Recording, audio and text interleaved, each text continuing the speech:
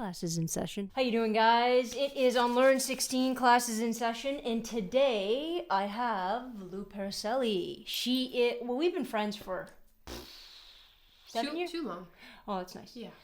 Right through the heart. We've been friends for about 7 years, maybe? Yeah. Yeah? Around She there. has done all my tattoos except for the one on my side. She doesn't want me to show that to you because it wasn't her work. But we've been friends for a very long time. And today, I think what we're going to do is talk about tattoos. We're going to talk about the stories behind them, why on God's green earth we sit through the pain we do, and how much Lou enjoys putting in the white touches after you've gone through a whole tattoo. Let me pass it over to Lou, and you can say like where you work and maybe why this job? No, I know.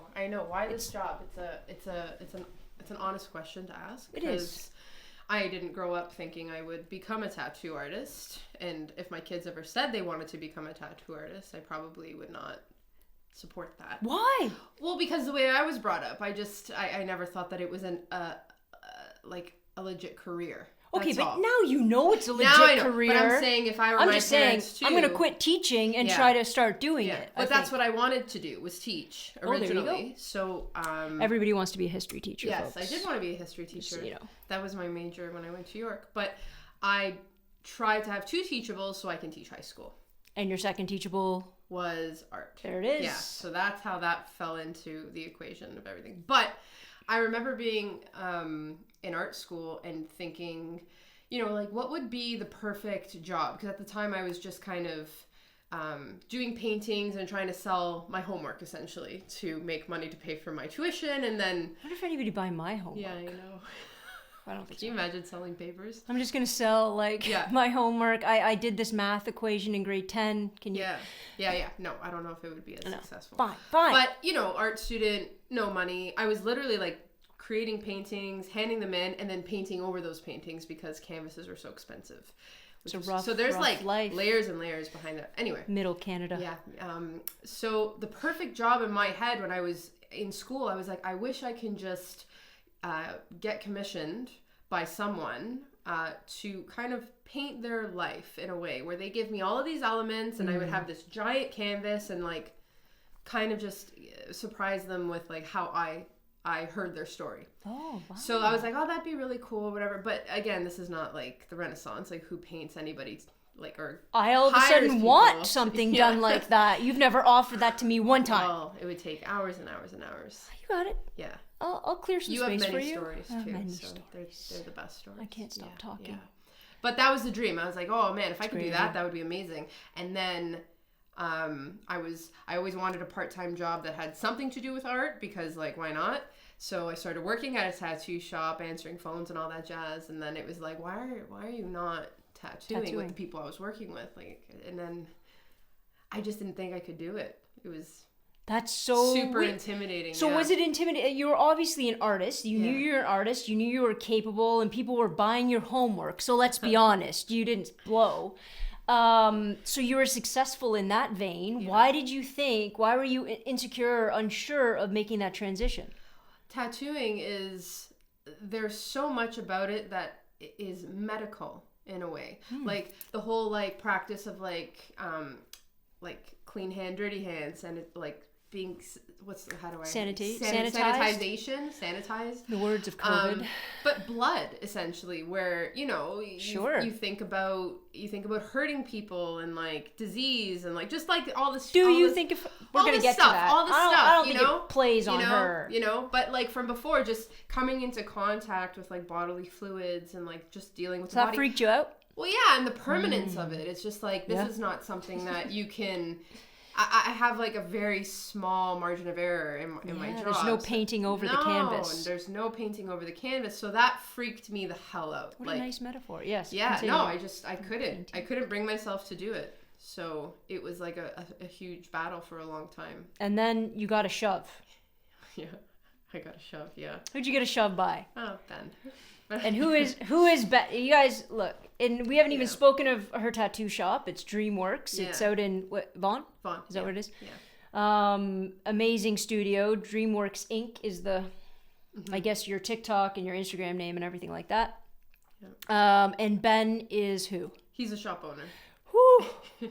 Guys, if I could have Ben on this, I'm going to need like some sort of sensory advisory though at the beginning, but having Ben on this podcast, that would bring in some ratings. But we started working together and I did like the phone calls, the scheduling, just the front end of the shop, which is a completely different area of work, especially when it comes to running a tattoo shop, which I feel all tattoo artists should do at some point in their career because it helps them just like see the bigger picture. Yeah. But I don't know, like even prior to this, like I'd have people be like, you should become a tattoo artist. You should do it. And I was just like, the whole like get your portfolio together, get an apprenticeship, like get someone to take you under their wing. It's difficult. Like not a lot of people are willing to do that for a young person because it's just such an interesting trade. Like, and it's not something that you just give out. It's not something you hand out. Or when I was learning, it's definitely not something you hand out. So did Ben literally? Yeah, literally. It was like, here... Straight arms you into the chair? Bought me my first machines, and he's like...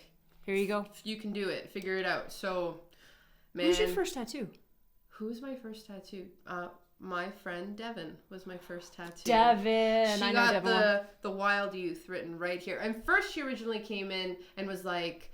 can you just go over a few of my, like, just trace my old tattoos to make them darker? And I'm like, absolutely, like, I can do that. And then she was like, okay, never mind, I want a new one. Like, cool. Here. So I think she tested you. I think she's like, dude, can you just trace over what I already have? She lied.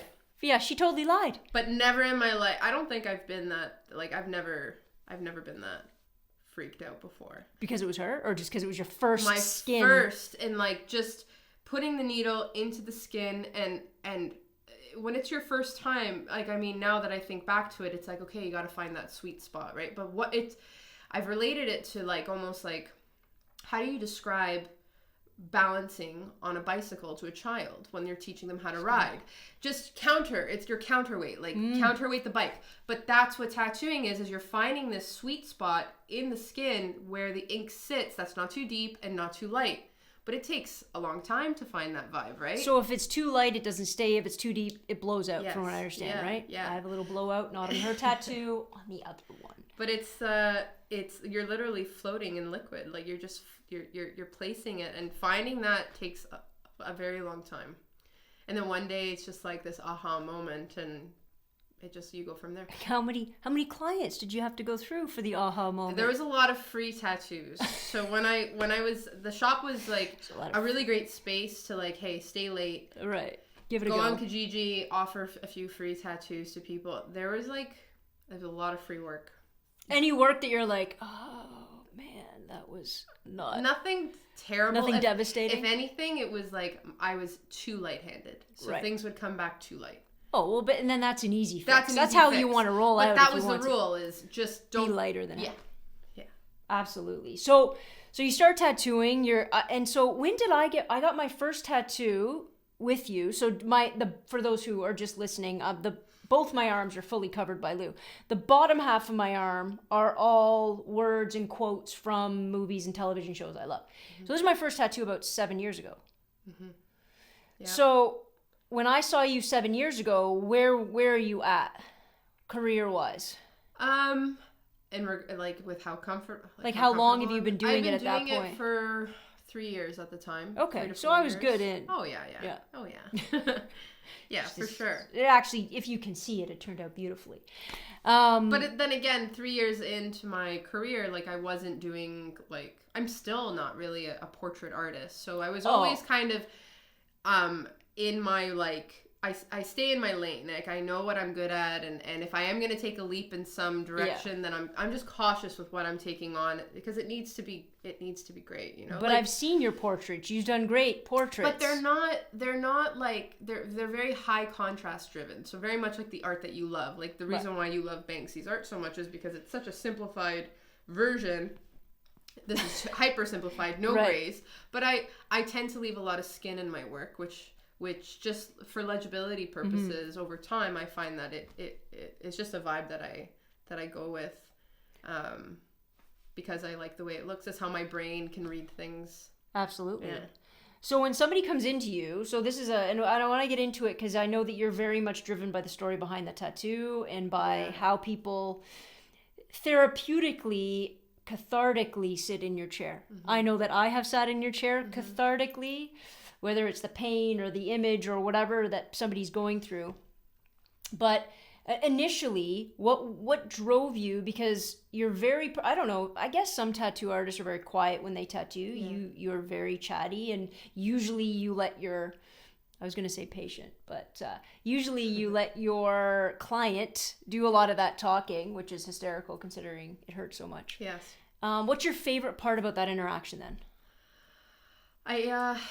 Well, first of all, I take that exchange very seriously. Like, it means a lot to me when someone literally comes in for a consult, and within the first 10 minutes, I know their mother's name. I know that their father left when they were 6. I know that, like... What is with people, right? We just spill. They spill, and then I feel that if it's one-sided, where you give me all of this juice and I give you nothing, there's a power thing there. So I do open up, and I do try and keep it as level as possible, so people feel like there's an honest exchange happening, right? And then there's the level of discomfort that they're in when I'm actually tattooing them. So again, there's that power shift where absolutely I'm in charge. I have the needle. So how do I bring it down so we're back here so they feel good? Because when people are being honest with me and they want to create really beautiful artwork, they need to like dig pretty deep into. Some people don't want to go that way, but some people really need to kind of like get into the mud of their lives as to why they want what they want. And it's not pleasant. Like I've had tattoos that celebrate like joyous occasion, and then I have cover-ups where, you know, you're mourning the loss of someone, or, you know, you're doing a memorial tattoo, and it's just like to have the person sit in my chair and like you can they cry, like they it's hard to see, it's hard to watch. So when you're hurting them at the same time, and she does hurt. It does hurt. It does hurt. For those who know about tattoos, Lou is a very hard wiper, just so we know. Yeah. She wipes hard. But she does beautiful work. But do you know why we do that? Do you know why we wipe hard? To see that expression on my face? No. So tattoo artists will wipe, especially when doing color tattoos, because the pigment will just, it'll smear all over the skin where you lose your stencil. So oftentimes at the beginning of a tattoo, you'll find that we dab, like we're very like point like soft. That, right? Soft. But if you use a wet paper towel, then you're gonna stencil. Right. So that aggressive wiping, I know it's pretty bad. It's like sandpaper. I know. It is like sandpaper. I know. It's terrible. But your process. So when we go in, so when I came in, just so everybody understands, for those who are just listening, both my arms are fully tattooed, but my left arm was a complete piece. So when I did this arm, I wasn't aware I was going to mortgage and sell a kidney for it. But on this arm, I knew what I was getting into. So, and I wanted a collective entire piece of artwork. So the way it worked for me is Lou asked me, what kind of Banksy pieces do I love and why I like Banksy. And then she put them together in this image. She did it digitally. We went back and forth. Although, to be honest, I don't give a lot of back and forth. I usually just trust. Is that how it works for most people? Well, your two arms are actually the perfect situation of like two... I get called perfect a lot, Lou. You are perfect. I get called perfect. In my eyes, you are. This arm was not... My right arm, just so everybody knows what we're talking about. Was not designed as a whole, yet the other one was. Mm-hmm. But both can pass as fairly like... You did a great job of blending. Just so everybody knows what's on my upper arm. So my bottom arm's all quotes on my right arm, and then the upper arm are all underwater sea life. An orca, a humpback whale, a great white shark, and a jellyfish. Mm-hmm. So, and those all were done individually. I didn't even know what I wanted. For a long time I wanted a beluga, but finding a beluga that doesn't look like a cartoon is near impossible. Yeah.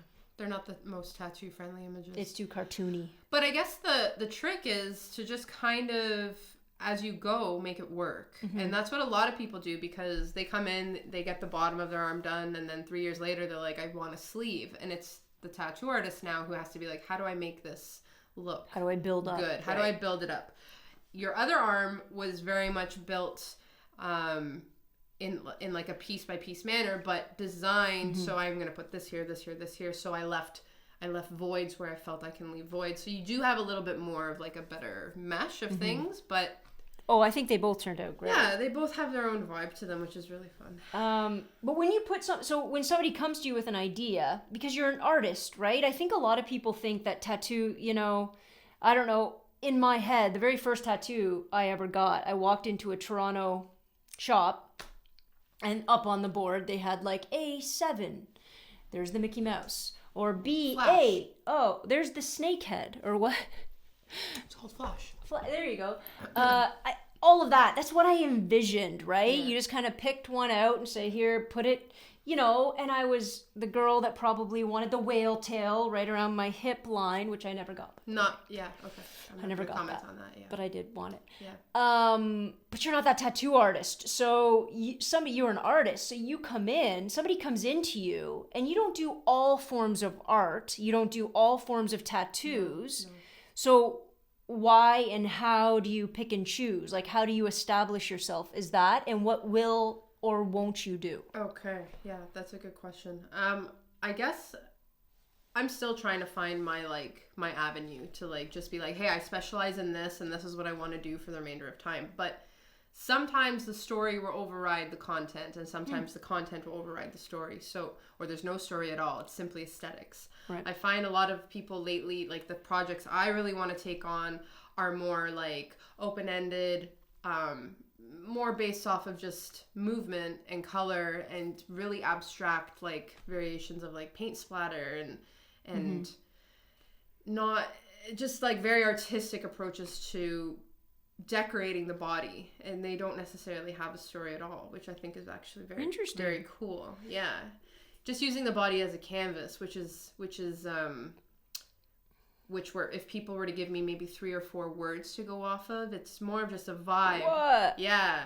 Give us an example. Like somebody walks in and they say, by the way, what's your favorite word? Do you have a favorite word?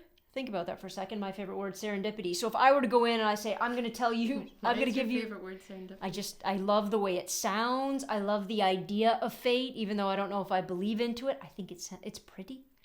I know my favorite word. Sort of. I got it. Fantastical. What's your favorite word? Well, it's actually, what's your favorite feeling, I was asked once. Oh my God. We were just talking about that the other day. Yeah. And it's nostalgia. Nostalgia. That's a great word that is a great feeling. I love being reminded of like mostly like being a kid or like something familiar. It just makes everybody feel at home, right? So it's one of my favorite feelings as like in regards to the word and the letters. Not really. Like I'm not a big G fan. I'm sorry. You have some particular predisposition about the shape of a G? Well, the aesthetics of lettering. Like I look at... You don't like a G? No, I'm not a big G fan. You know when certain letters just look better than others? So absolutely not. Nobody... What? Nobody thinks that. You don't look at words and break apart what they look like? I'm sorry. What's your favorite letter? X. X. It's just a very interesting letter. X's, T's. I like dotted I's, not big I's. Big I's are dumb. I think I have a big eye. Like if you're picking a child's name, like you don't like the way the word looks. I honestly believe that's an artist's. Is that an artist thing? 100%. I just thought that's how people work.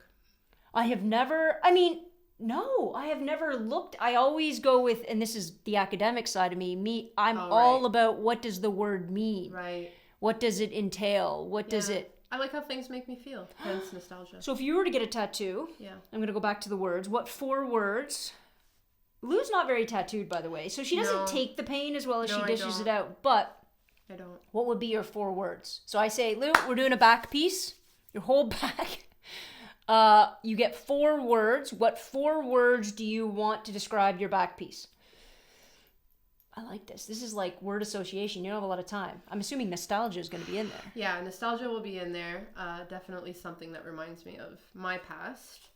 I've always been obsessed, like even when I did my painting thesis at OCAD, I was always obsessed with like this apocalyptic type of like future. So you like nostalgia and possible? No, the concept of like nothing. So like just space. So like if you were to go to the prairies and you see a little farmhouse here, what do you see past that? Nothing. Like I like that like never ending nothing. I think there's some psychological conversations that need to be happening here. But I like that. Maybe some journaling? Maybe a lot of journaling, yeah. But like nothing. just depth of field, like where something's large here and then really, really, really small back there. Okay, so like that concept. What? I don't know.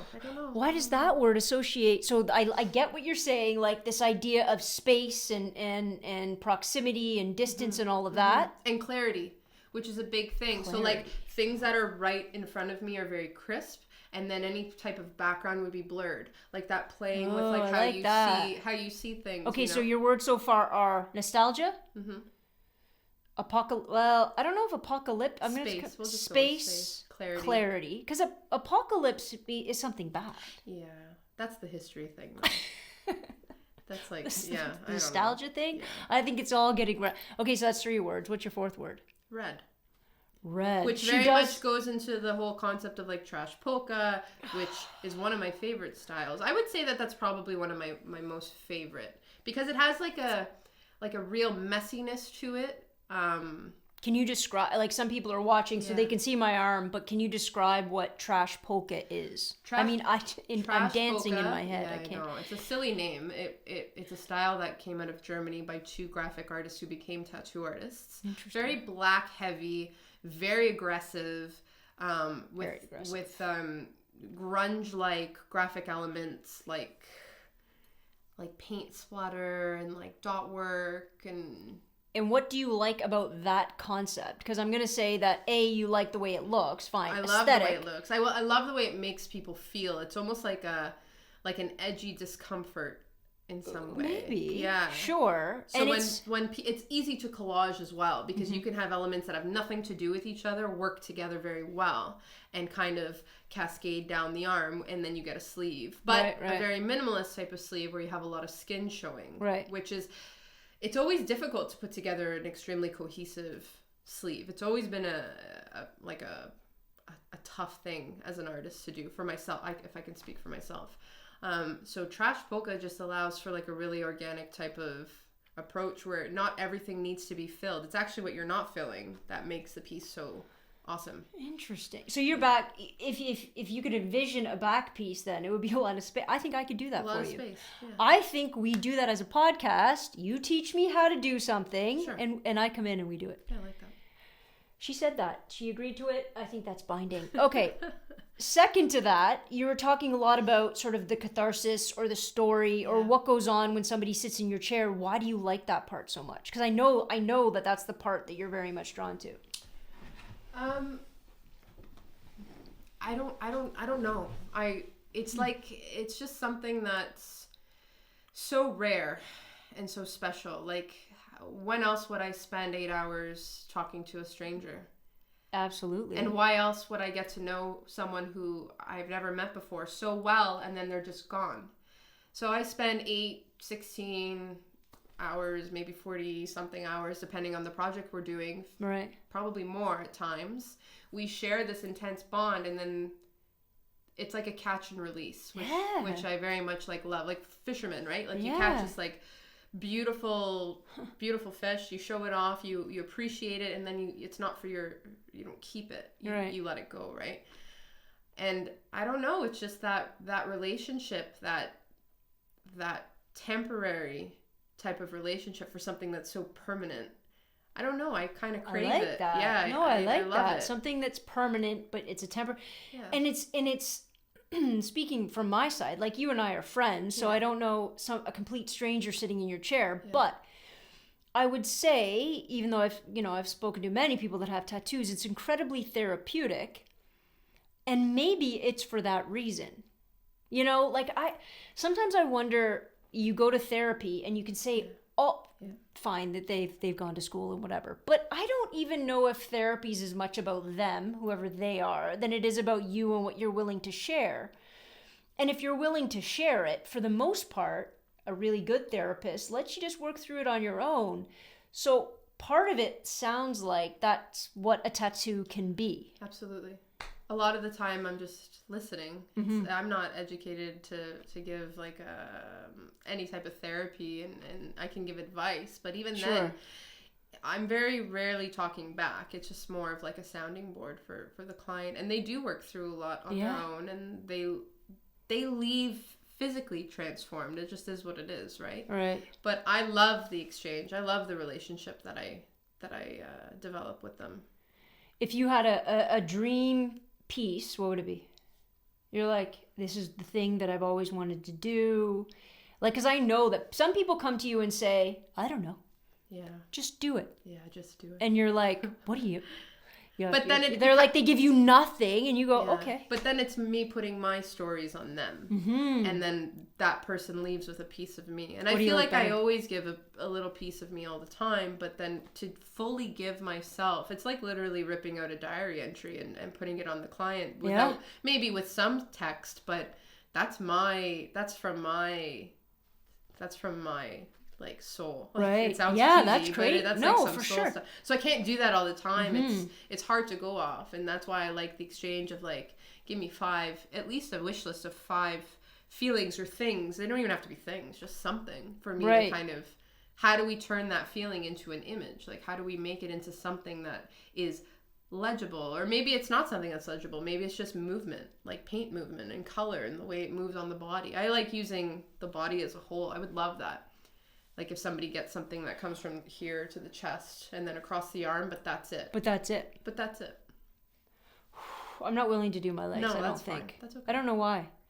I feel like it would hurt. A lot of people don't go on the legs. I feel like it would hurt more. More recently legs, but mostly arms. Once people are done with the arms. Yeah, and it's addicting. Why do you think it's addicting? I like to think it's addicting because, I mean, the question I'll ask people sometimes when they're feeling really nervous is, when's the last time you did something that scared you this much, but you were safe? It's not like I'm asking you to jump out of an airplane. Yeah, for sure. Without a parachute here. Mm-hmm. Like, you're safe. Yep. And I think people like that rush. They like that adrenaline that comes with getting the piece done. And then when they leave, it's an adrenaline junkie vibe. That's all it is. It's funny because I sit down with you, and every time, like, Lou and I sit for probably 5 to 6 hours every time we sit down. And the first half hour, I get, to your studio, I say hi to everybody, I sit down, all excited to get a new tattoo. And about for the first half hour, 45 minutes, I seriously question my soul as to why on earth I'm going through this again. It's like you're tricked. I'm tricked. Yeah. It's my brain doesn't remember how much it sucks. And then it kind of lulls you into I don't know, maybe your nerves shut off. I don't know what happens for about the next 3 hours. Yep. And then around 4.5, 5 hours, I want to kill somebody. Start to really come down. Yeah. I kind of relate it to when women Give birth. when they go through labor and then they're like, 2 years later, like, let's have another. It's like, do you remember what that felt like? Do you remember pushing that baby out of you? Or not really? Okay, cool. Let's have another one because you're so cute. Yeah. So people love that thrill of getting something new, and then our body just shuts it down. Well, they forget. And you're often distracted too. Like, you come to the shop, everybody loves you, everybody wants to talk to you, you talk to everybody, la la la, and then I put you in my chair, and then you're like, what is happening? It's horrible. Absolutely. It is. Yeah. It is exactly like that. And I mean, I guess your brain just shuts it all down because you don't want to have to relive that pain. So your brain stores it away and you move on with your your life. Like, do we remember pain? I don't think I remember any pain. Not even with a good ending. Like, I don't remember breaking my collarbone. No. Because I think legitimately we turn that part of whatever's happening off or away, or even like moments in our lives that have troubled us. Like, that are like really shitty memories. Can I say shitty? Shut it down, yeah. Really shitty memories. It's like I love when people swear. Yeah. Just as a side note, yeah. I love it when people swear and they swear, and then they say, and then they repeat the swear word when they ask if they can say it. It's my favorite. Yeah, but anyways, continue. Yeah. I didn't know the it's all right. Or Absolutely. Your wife was on not too long ago, and she swore loudly, so can't control Stacy. By the way, do you know she's willing to leave you for, I think, Jason Momoa, definitely a Hemsworth brother? Yeah, I know that. Okay. Yeah. She was actually, I will give credit to her too, though, for being one of my biggest cheerleaders as well through all of this. 100%. Like, when we had our first apartment, she put these like little pieces of paper, because I'd come home crying because I could not. Why? Because I was I don't want to say that. I loved painting. I was a great artist. Art always came very easily to me through school. Like, I was that kid in like elementary that they're like, "Can you draw this?" I'm like, "Absolutely." I'm like, horrible no problem. at it. Yeah. Yes. I was just good at it. It came very easily to me.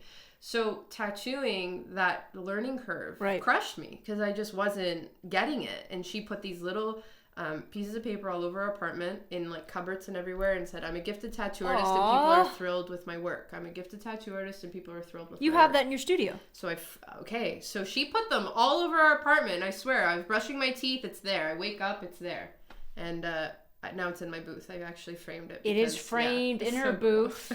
Cool. What an amazing. Because it's here, man. And she's just like, believe it. And I'm like, I don't like your hokey pokey stuff. But it worked. It absolutely worked. Yeah. And on that beautiful note, we're going to take 5 minutes, and I'm going to come back with some really hard questions. All right, so we're back. I'm going to give Lou some hard questions. She doesn't even know I'm going to do them, so this is the best part. I'm going to give you some rapid-fire questions. Okay.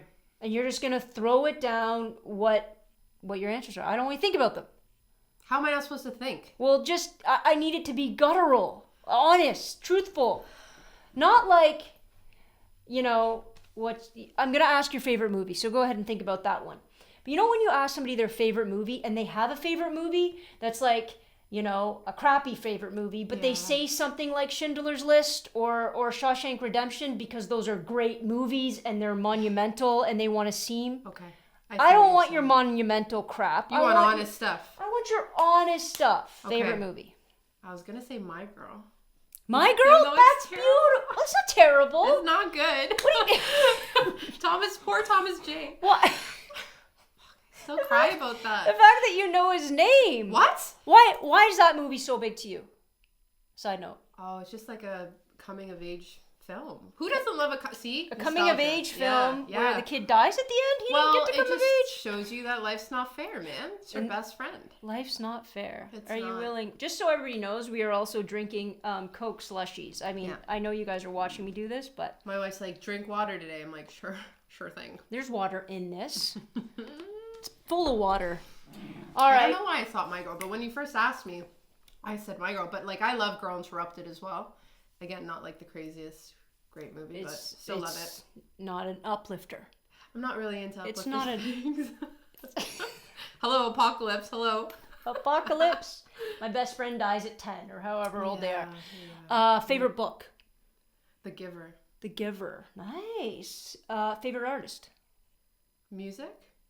Okay, let's go with music first. Ooh, do you have a favorite song? Oh my God. I do. So much thought. I do. Give it to me. Your favorite song. Don't think about it. Civilian by Y Oak. I don't know that song. I don't know. It's just one of my favorites. I'm going to go look it up. A favorite artist. Like a visual artist. Visual artist? Painter. Caravaggio. Interesting. I'm going to have to look him up too. Yeah, or her. Is it him, her? Him. You said your favorite feeling was nostalgia, which is super important. How do you take your coffee?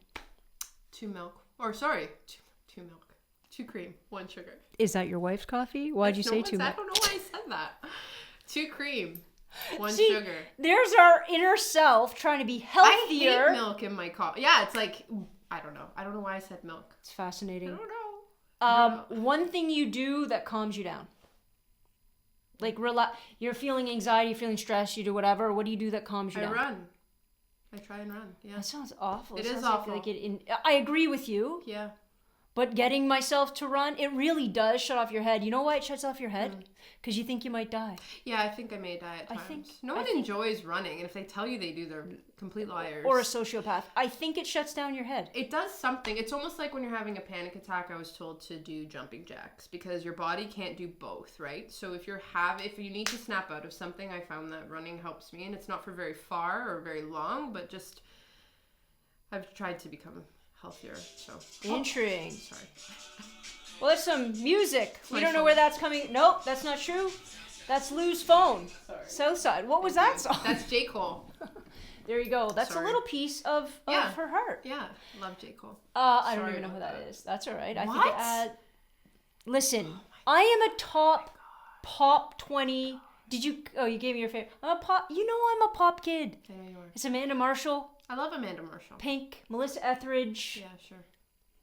Same. New Kids on the Block. Yeah. Okay. Yeah, that's right. Yeah. Favorite brand.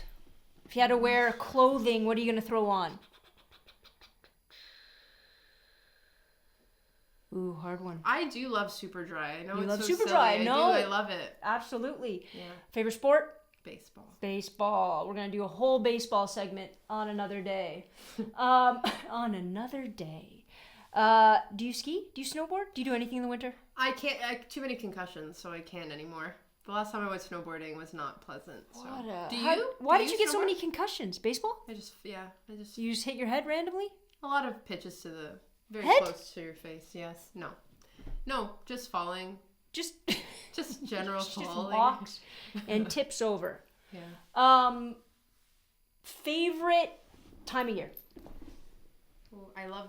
It sounds like so stupid, but like, I do love Valentine's Day. Yeah, but why do you love Valentine's Day? Because I was born on Valentine's Day. So it's like birthday and love. I also like to play matchmaker. I'm like legit Cupid. She like, really is. I love it. I love connecting people. It's like I meet so many people at work, so I'm like, you can fit very. You just hooked up one of your friends actually with a client of yours. Yeah. You're just like, you guys will go well together, and they're both like, what are you talking about? Yeah, I know, and I always think They've been together forever. They've been together for a minute now. Perfect. Yeah. I love it. It's very, very good. Anything else that you want to say? Like if you were to, so if somebody, little kid out there or a grown adult, you can transition your occupation anytime you want, wants to be a tattoo artist. What do they do? What do they do? A, get a wife like Stacy so she leaves you Post-its everywhere. Yeah, for real. B, you have to honestly just believe in what you're doing. It sounds so cheesy, but you cannot second guess yourself. As much as that sounds like cliche, but you need to just like, I've never worked harder at anything in my life. There it is. I think that's also too, right? I've never worked harder at anything. Like I worked hard during school. I worked hard to play baseball, but you kind of just like cut corners or like just find a way to dance around something. But this is the one thing I've never worked harder at in my life. To be very honest with you, it's very hard cool. work, yeah. But ultimately rewarding. The best payoff. Well, thank you very much for hanging out with us. Thanks for having me. Guys, thanks for hanging out with us. We'll see you next Tuesday. Have a great day. Dismissed.